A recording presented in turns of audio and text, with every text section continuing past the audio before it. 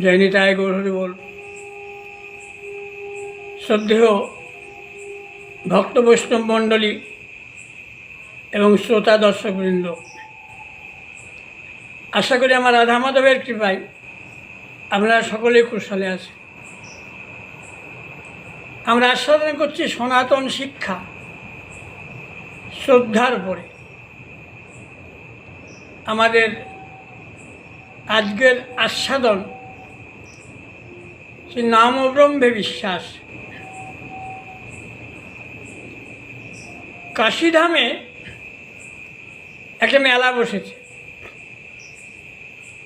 মেলার নাম শুনলে আমাদের মনে একটা চিত্র ভেসে ওঠে। নাগরদোলা চড়া, চুরিমালা বিক্রি, পাঁপড় বাদাম বিক্রি ইত্যাদি ইত্যাদি। কিন্তু কাশীধামে যে মেলাটা বসেছে এটা কিন্তু নাগরদোলা চড়বার মেলা নয়, সেটা একটা সন্ন্যাসীর মেলা। নবদ্বীপ লীলা সাঙ্গ করে 24 বছর বয়সে আমার গৌর ভগবান কাটোয়ায় কেশব ভারতের কাছে দীক্ষা নিলেন সন্ন্যাস মন্ত্রে।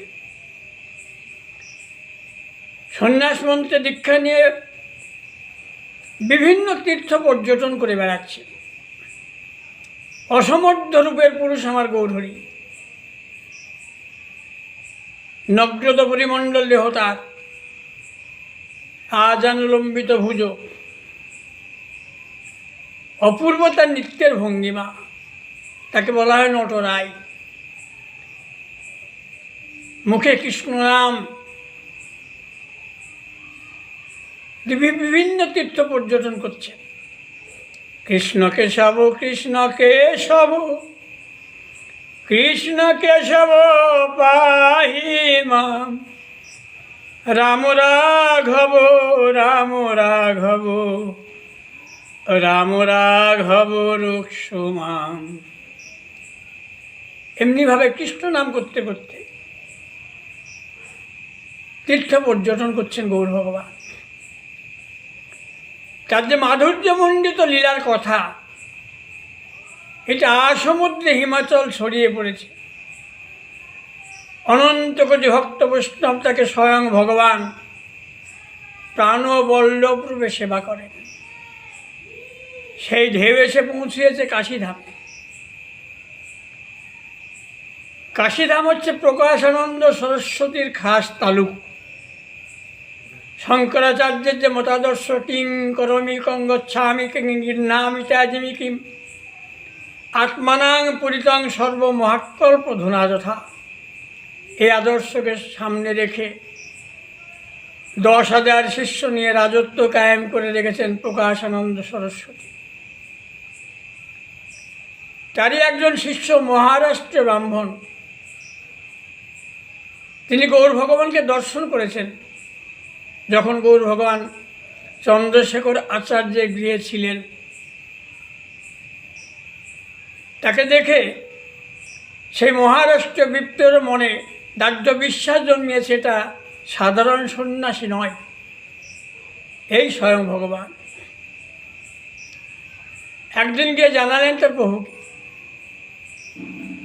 প্রকাশানন্দ সরস্বতী শুনে বললেন, হ্যাঁ শুনিয়াছি গৌরদেশে সন্ন্যাসী ভাবুক, কেশব ভারতে শিষ্য লোক প্রতারক। সন্ন্যাসী হইয়া করে নর্তন গায়ন, না করে বেদান্ত পাঠ করে সংকীর্তন। সন্ন্যাসী নামে মাত্র মহাইন্দ্রজালী, কাশীধামে না বিকাবে তার ভাবখালি। শিষ্যের মনে বড় ব্যথা লেগেছে, তাই তিনি তার আঙিনায় একটা সন্ন্যাসীর মেলা আয়োজিত করেছেন। তৈরি হচ্ছে সুউচ্চ মঞ্চ। মঞ্চ আলো করে প্রকাশানন্দ সরস্বতী তার প্রধান 10 জন শিষ্যকে নিয়ে বসে আছেন। অন্যান্য সন্ন্যাসীরা আসছেন, পদপ্রক্ষালনের স্থানে চরণ ধৌত করে আপন আপন আসন গ্রহণ করে বসছেন। আমার গৌর ভগবান আমন্ত্রিত সেই সন্ন্যাসীর মেলায়। তিনি এসেছেন সকলের শেষে। এসে কী করলেন? চরণ যুগলকে ধৌত করে তিনি চরণ ধৌতের স্থলেই বসে পড়লেন। বসে একটু ঐশ্বর্যের প্রকাশ ঘটালেন। মনে হচ্ছে যেন কোটি সূর্যের জ্যোতি বিচ্ছুরিত হচ্ছে তার দেহ থেকে।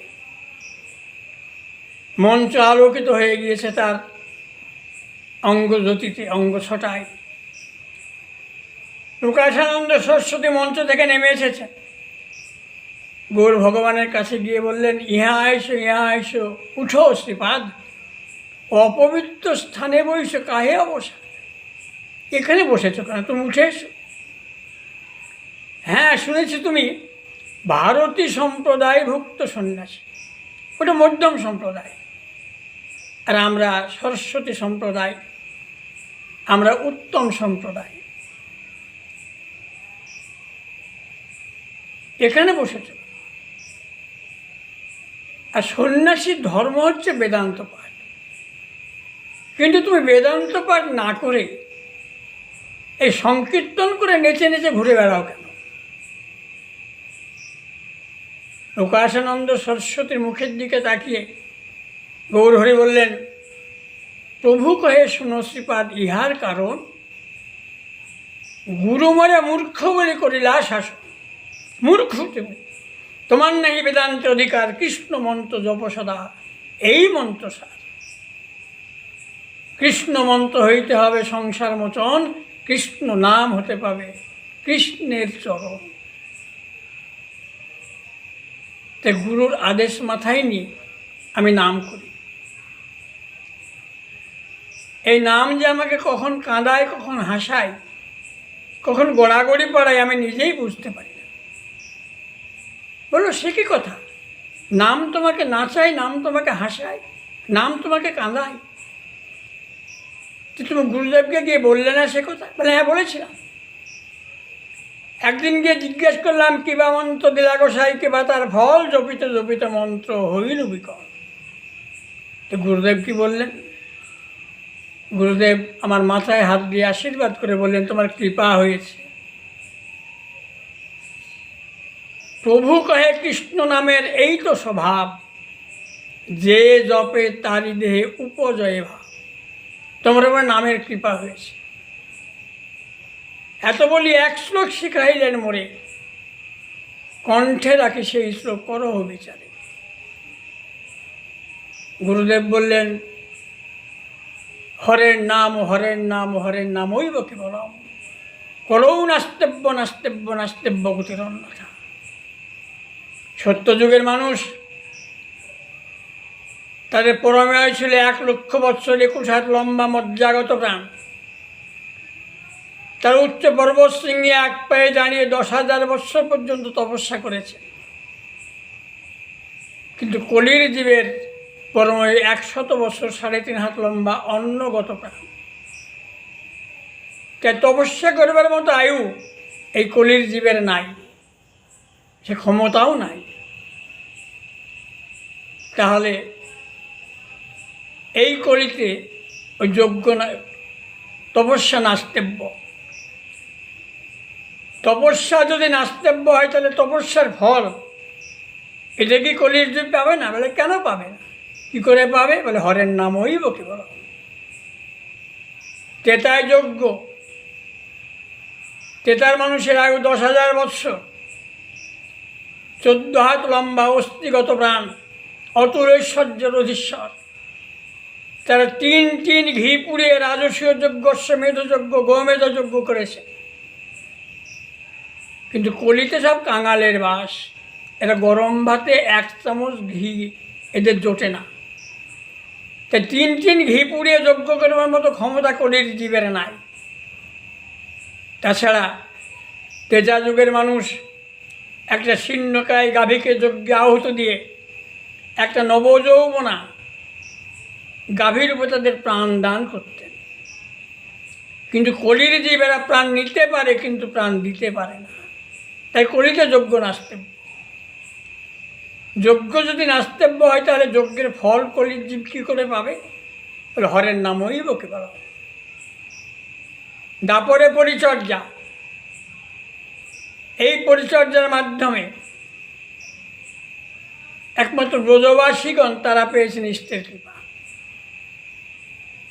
কিন্তু কলিতে সমস্ত দেবতারা থাকবেন নিদ্রাগত, তাই কলিতে পরিচর্যা নাস্তেব্য। তাহলে পরিচর্যার ফল কলির জীব কী করে পাবেন? হরের নামই বলো, হরিনামের মধ্যেই পাবে। এই হচ্ছে নাম।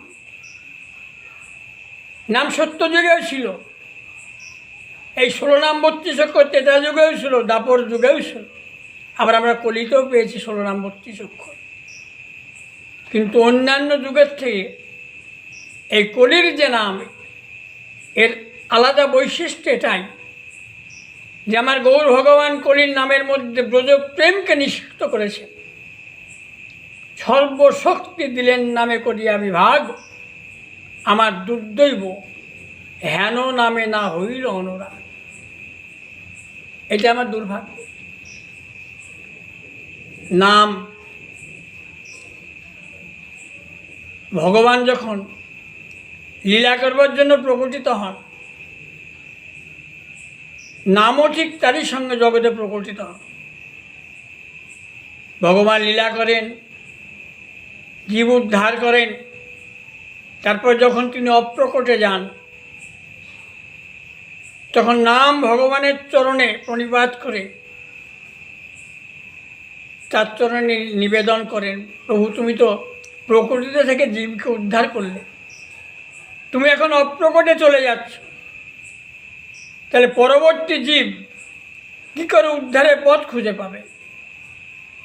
তাই পরবর্তী জীবকে উদ্ধারের পথ দেখাবার জন্যই নাম কৃপা করে থেকে যান এই ধরাধামে। এটা নামের করুণা। নাম কৃপা করে থেকে যান। নময়তি ইতি নাম, আবার নময়তি ইতি নাম। নাম নাম নামে এবং নাম নামায়। নাম কাকে নামায়? নামকারীকে। আমাদের মানে প্রশ্ন জাগবে, নামকারী তো জীব, সে তো নিচেই থাকে, তো নিচে যে থাকে তাকে আবার নামানোর প্রশ্ন ওঠে কোথা থেকে? শাস্ত্র বললেন আমরা প্রাকৃত চোখে দেখি যে জীব নিচে থাকে, কিন্তু প্রকৃত সত্য সেটা নয়। জীব তাকে অহংকারের চূড়ায়, এই অহংকারের চূড়া থেকে নাম ওই জীবকে নিচে নামিয়ে আনে। আর নিচে নেমে এসে যখন সে নামকে আশ্রয় করে থাকে, তখন এই নামের মধ্যে যে নামে রয়েছে, ফলের মাঝে বৃক্ষ আছে চোখে না যায় দেখা, নামের মাঝে নামিয়ে আছে মধুর রসে ঢাকা। সে নামকারীকে নামকারীর কাছে নামকে নামিয়ে এনে ভক্ত ভগবানে মিলন ঘটায় এই নাম। ভগবানের দেহ যেমন চিন্ময়, ভগবানের দেহ যেমন অপ্রাকৃত, তেমনি ভগবানের নামও চিন্ময়, নামও অপ্রাকৃত। এই অপ্রাকৃত কবু নহে প্রাকৃতেন্দ্রিয় গোচর। প্রাকৃত ইন্দ্রিয় দিয়ে কখনো অপ্রাকৃতকে আস্বাদন করা যায় না। আমরা বলবো কেন? ভগবানের অপ্রাকৃত নাম, এটা তো আমরা প্রাকৃত জিহ্বাতে উচ্চারণ করি। শাস্ত্র বলে না, তোমার ক্ষমতা নাই ভগবানের যে অপ্রাকৃত নাম তোমার প্রাকৃত রসনাতে সেটা উচ্চারণ করো। এটা উচ্চারিত কি করে হচ্ছে? নাম কৃপা করে তোমার জিহ্বাকে নৃত্য করেন, তাই তুমি কৃষ্ণ বলতে পারো। না, তোমার প্রাকৃত জিহ্বার ক্ষমতা নাই ভগবানের নাম কৃষ্ণ শব্দটি উচ্চারণ করে। নাম নৃত্য করে বলেই আমরা তার নামটা করতে পারি। দস্যু রত্নাকর খুন ডাকাতি রাহাজানি এই যার একমাত্র উপজীবিকা। বনের মধ্যে থাকেন, বনে তার একছত্র অধিপত্য। হঠাৎ সেই পথে একদিন নারদ যাচ্ছে, দেবর্ষি নারদ।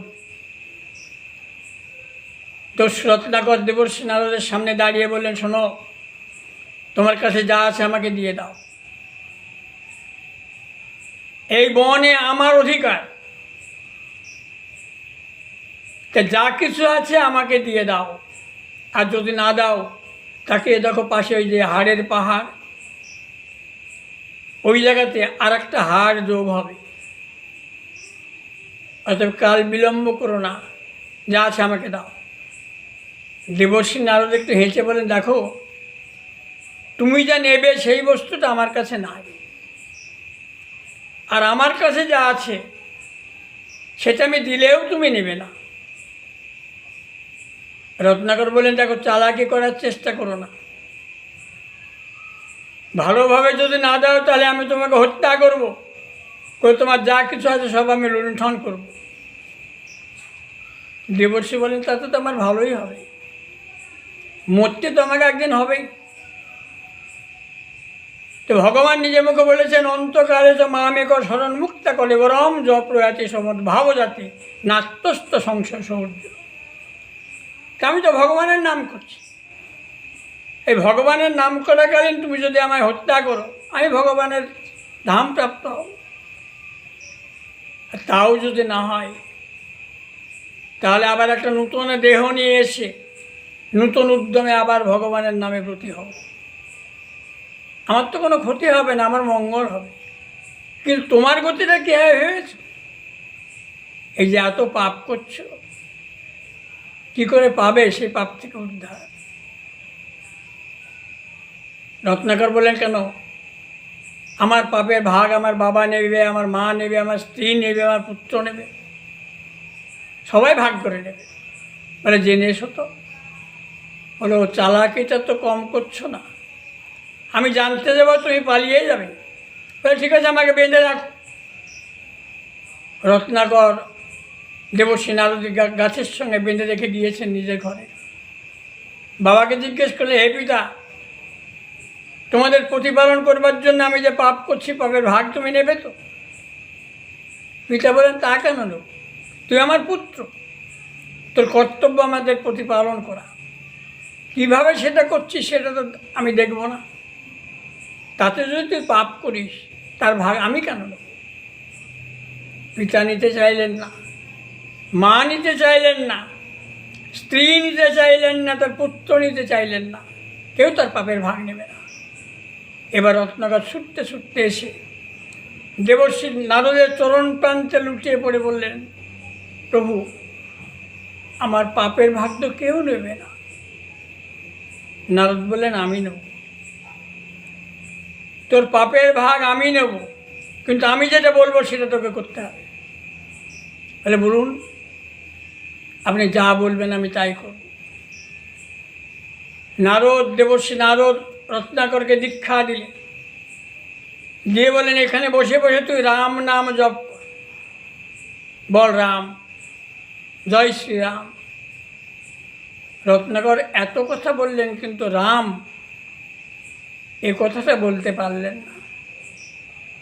ভগবানের অপ্রাকৃত নাম তার প্রাকৃত জিহ্বায় উচ্চারিত হলো না, কোনো মতেই রাম বলতে পারলেন না। নারদ শেষে একটা মরা গাছের ডালকে দেখিয়ে বললেন, বলতো ওটা কী? বলে, ওটা মরা। বলে, ঠিক আছে, মরা জপ। এই মরা মরা মরা মরা জপতে জপতেই যেদিন নামের কৃপা তোর উপরে বর্ষিত হবে, সেদিনকে তোর রসনাতে রাম নাম উচ্চারিত হবে। নামের অক্ষর সবের এই তো স্বভাব, ব্যবহৃত হইলেও না ছাড়ে আপন প্রভাব। এই মোরা জপতে জপতে যেদিন রাম নামের কৃপা তার উপরে বর্ষিত হয়েছিল, সেই দিন ওই রত্নাকরের বদনে রসনাতে ভগবানের অপ্রাকৃত নাম, সে রাম শব্দটি উচ্চারিত হয়েছিল। তে নাম অপ্রাকৃত বস্তু, আমরা সেই নামকে পেয়েছি কলিযুগে। মৃত সঞ্জীবনী সুধা হরিনাম মহামন্ত্র। কিন্তু আমার দুর্ভাগ্য, আমি সেই নামকে গ্রহণ করতে পারলাম না, সেই নাম আমি তাকে আশ্রয় করলাম না। এটাই আমার সবচাইতে বড় দুর্ভাগ্য। কলিযুগের নাম মৃত সঞ্জীবনী সুধা, বহু দৃষ্টান্ত দেখিয়েছে। জগতে অনেক দৃষ্টান্ত আছে যে কৃষ্ণ নামে মৃতদেহে প্রাণ সঞ্চারিত হয়। নবদ্বীপের পাশে জামনগর, এই জামনগরে থাকেন এক গোপীনাথের ভক্ত, নাম তার সারঙ্গ ঠাকুর। গোপীনাথের একনিষ্ঠ উপাসক, কিন্তু আজ বয়সের ভারে পীড়িত, চোখে দেখতে পান না, ঠিকমতো চলাচল করতে পারেন না। সকালে উঠে গোপীনাথের অর্চন করতে বসে, আর নিমাই পণ্ডিত তখন গঙ্গাদাস পণ্ডিতের টোলে পাঠ অধ্যয়ন করবার জন্য যান। নিমাই পণ্ডিত যখন টোলে যান, তখনও দেখেন গোপীনাথের চরণে সারঙ্গ ঠাকুর তুলসী পত্র অর্পণ করছে। তো গোবিন্দের চরণে তুলসী পত্র দেবার একটা নিয়ম আছে। গোবিন্দের বাম চরণে দুটি তুলসী রাধারানীর নামে দিতে হয়, আর দক্ষিণ চরণে দুটো তুলসী গোবিন্দের নামে দিতে হয়। তুলসী দেওয়ার নিয়ম, তার পৃষ্ঠদেশটা দিতে হয়, কারণ তুলসী বক্ষদেশটা তাকে দেননি। তার বক্ষদেশটা দিয়েছিলেন শঙ্খচূড়কে, পৃষ্ঠদেশটা দিয়েছিলেন গোবিন্দকে। তো সারঙ্গ ঠাকুর দুটো তুলসী নিয়ে রাধারানীর নামে ওই গোপীনাথের বাম চরণে দিচ্ছে। তুলসীরা দিলেন, দিয়ে মনে সর্বনাশ, বাম চরণে পড়ল তো, এটা দক্ষিণ চরণে পড়ে যায়নি তো, মনে হয় ভুল হলো। আবার তুলে নিচ্ছে, আবার চন্দন সিক্ত করে আবার বাম চরণে দিচ্ছে। দিলেন, আবার হঠাৎ মনে হলো তুলসীটা আবার সোজা দিকতে দিলাম না তো, বক্ষস্থল তো গোবিন্দের প্রাপ্য নয়। আবার তুলে নিলেন, একবার দিচ্ছেন, একবার তুলে নিচ্ছেন।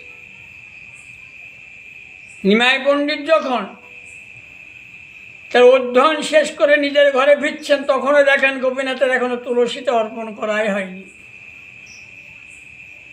নিমাই পণ্ডিত বলেন, ও ঠাকুর, একটা শিষ্য করো না। সারঙ্গ ঠাকুর চিৎকার করে বলেন, কখনো না। কেন, শিষ্য করাটা সহজ কথা নয়। শিষ্যের দায়িত্ব মাথায় নিতে হয়, শিষ্যের কাছে ঋণী হয়ে থাকতে হয়। তাই শিষ্য সহজে তেনারা করতে চান না। প্রতিদিনই ঘটনাটা ঘটে। একদিন ওই অধ্যয়ন ছেড়ে ফেরার পথে নিমাই পণ্ডিত বললেন, ও ঠাকুর, একটা শিষ্য করো না। আমি তোমার জন্য তো বলছি না, এই দেখো দিবা সূর্য পশ্চিম দিগন্তে গড়িয়ে পড়েছে, এখনও তোমার অর্চনটা সারা হলো না, গোপীনাথের কষ্ট হচ্ছে না, খিদে পাচ্ছে না। তা একটা শিষ্য করলে সে তো গোপীনাথের সেবাটা দিতে পারে। গোপীনাথ সময়কালে সেবাটা পেত। কথাটা আজকে সারঙ্গ ঠাকুরের মনে ধরেছে। তাই তো আমি তো গোপীনাথের সেবা পূজা ঠিক মতো করতে পারছি না। তো আমার জন্য নয়, গোপীনাথের সেবার জন্য আমি একজন মাত্র শিষ্য করব, একজনকে মন্ত্র দেব। যে কাকে শিষ্য করব, কাকে মন্ত্র দেব? গোপীনাথের সামনে বসে মনে মনে স্থির করলেন, কাল প্রাতঃকালে আমি প্রথম যার মুখ দর্শন করব, আমি তাকেই মন্ত্র দেব। সারা রাত্রি ধরে গোপীনাথের কাছে কাঁদছেন, হে গোপীনাথ, নিজের জন্য তো তোর কাছে আমি কিছু চাইনি, তোরই সেবার জন্য আজ তোর কাছে চাইছি। আমি প্রতিজ্ঞা করেছি, আগামীকাল প্রাতঃকালে আমি প্রথম যার মুখ দর্শন করব তাকে মন্ত্র দেব। গোপীনাথ, সকালবেলায় এমন একজনকে আমার সামনে এনে দিস যে তোর সেবা পূজা করবে। আমি তো আর কাউকে মন্ত্র দেবো না, একজনকে মাত্র দেব। যাকে দেব সে যেন তোর সেবক হয়, তোর ভক্ত হয়। সারা রাত্রি গোপীনাথের চরণে প্রার্থনা জানিয়েছেন, চোখের জলে মুখ ভাসিয়ে। ব্রাহ্ম মুহূর্তে গিয়েছেন, স্নানান্নিক করবেন, প্রাতঃকর্ম সেরে গঙ্গায় নেমেছেন, স্নান করবেন। এক বুক জলে দাঁড়িয়েছেন, একটা ডুব দিয়ে উঠেছেন, তর্পণ করবেন। হঠাৎ তার মনে হলো পিঠে যেন কি একটা বাজছে, কে যেন ধাক্কা দিচ্ছে পিঠে। পেছন দিকে তাকিয়ে দেখলেন একটা কলার ভেলা, আর সেই কলার ভেলাতে শুয়ে আছে একটা বালক, মাথা নেড়া। বুঝতে পারলেন ব্রাহ্মণ সন্তান সদ্য উপবিত হয়েছে। আর এই উপবিতের দিনে নিশিকালে তাকে সর্পে দংশন করেছে, সর্পদংশনে তার মৃত্যু হয়েছে। যে সাপে কাটে রুগীকে তো পোড়াতে নাই, তাকে ভাসিয়ে দিতে হয়। তাই তার মা বাবা কলার ভেলাটা করে গঙ্গার জলে ভাসিয়ে দিয়েছে। ভাসতে ভাসতে এসেছে এই জামনগরের ঘাটে। তার দিকে তাকিয়ে ওই বালককে দেখে, মৃত বালককে দর্শন করে মহাশূন্যের দিকে তাকিয়ে বলেন, গোপীনাথ, এই কি তোর মনে ছিল? কাল সারা রাত তোর চরণে নিবেদন জানালাম যে একটু উপযুক্ত শিষ্য আমি করব, একজন উপযুক্ত কাউকে আমার সামনে এনে দিস, আমি যাকে প্রথম দর্শন করব। আর তুই কেন একটা মৃতদেহ এনে দিলে আমার সামনে? তো তাই যদি হয়, আমি এই মৃতদেহের কর্ণমূলেই আমি বীজ মন্ত্র প্রদান করব। তুলে আনলেন সে বালককে, স্নান করালেন, গঙ্গার তীরে শায়িত করে ওই মৃতদেহের কর্ণমূলে বীজ মন্ত্র প্রদান করবেন। কিন্তু বীজ মন্ত্র প্রদানের আগে তো মহানাম দিতে হয়। তাই মৃত বালকের কর্ণমূলে নিজের অধর কমলকে স্থাপিত করে একবার শুধু বললেন, হরে কৃষ্ণ কৃষ্ণ কৃষ্ণ হরে হরে, হরে রাম রাম রাম হরে হরে, হরে নাম মহামন্ত্র মৃত সঞ্জীবনী সুধা।